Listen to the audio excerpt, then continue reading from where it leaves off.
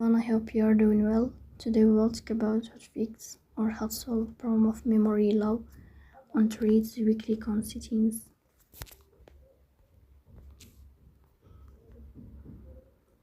Here in this page we click on apps, default apps, app settings.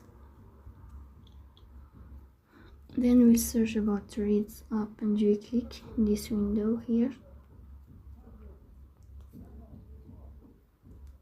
Then in this page we click on first stop and we click OK.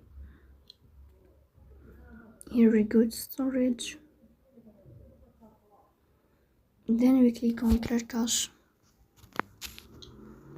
In the end you will turn off your phone and you will wait a moment to restart your phone again to fix that problem. So please don't forget to press the bell icon and subscribe. See you next time in another video, and thank you for watching your attention.